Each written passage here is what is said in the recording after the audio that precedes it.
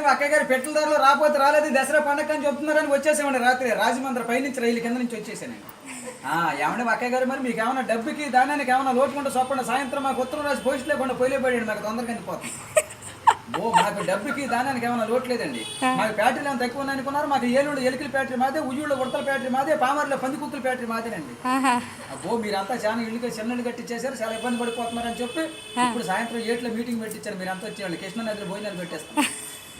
నేను చదువులో మాత్రం బాగా పేస్ అయిపోయాను అక్కయ్య గారు. నాకు చదువు సంకల కడికి వచ్చేసింది, గుడింతల గుండ్ల వరకు వచ్చేసింది, పాటల వరకు వచ్చింది, ఇంగ్లీష్ ఈదుల వరకు పరిగెత్తింది.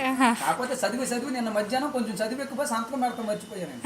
జగన్ గారి దగ్గరికి వెళ్ళి రాత్రి ఉద్యోగం పడితే ఉద్యోగంలో ఉన్న సంతకం చేయవలసి వస్తున్నా ఉద్యోగంలో నుంచి ఉద్యోగం ఇచ్చారు. మాకు డబ్బుకి దానానికి ఏమైనా లోటు లేదండి. మాకు 700 బిల్డింగ్ ఉందండి. దాంట్లో ఏమి వచ్చి కట్టించానంటారు బిల్డింగ్ కి పింక్ అయితే పేలిపోతే, నాపర నలిగిపోతే, సిమెంట్ సితికిపోతే, తాటకైతే గలగలంటుందని మా ఆబద్దాలు ఆఫీస్ గారు కొత్త కలప తయారు చేశారండి. ఏం కలప అంటారు? అది జిల్లేడు కలప, బొబ్బాసి కలప, తొంగ దోరాలు, ఒరిగే దోసాలు, సీపురు పుల్ల కిటికీలు, పోడిపి గచ్చు, తామరా కప్పు, ఇంటి ముందర వచ్చు, ఇంటి వెనకాల గచ్చు.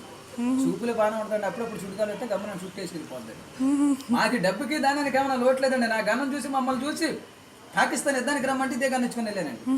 మరి అక్కడ అందరూ బతుకున్న వాళ్ళు కాలితే బాధపడిపోతున్నారు, బాగా ఇబ్బంది పడిపోతున్నారా, నేను మాత్రం చచ్చిపోయిన వాళ్ళు కాల్చి వచ్చాను. అట్ట పలస 20 మందిని చూసి వచ్చాను. మాకు డబ్బుకి దానానికి ఏమైనా లోట్లేదండి అక్కయ్య గారు. మాకు విజయవాడ 60 బట్టల షాపులో ఉన్న మీకు ఏమైనా పండగ కొత్త బట్టలు పెడుతున్నామని అక్కలందరికి అబ్బో సీదే చీరలు, వాణిజ్య లంగాలు, జ్యోతులు వచ్చిన చీరలు, లగ్గుమా, నెక్లెస్లు, మేనా గాజులు. మాకు అంతా డబ్బేనండి అక్కయ్య గారు. కాకపోతే కొంచెం చిల్లర లేక ఇలా బయలుదేరి వచ్చాను. Thank you.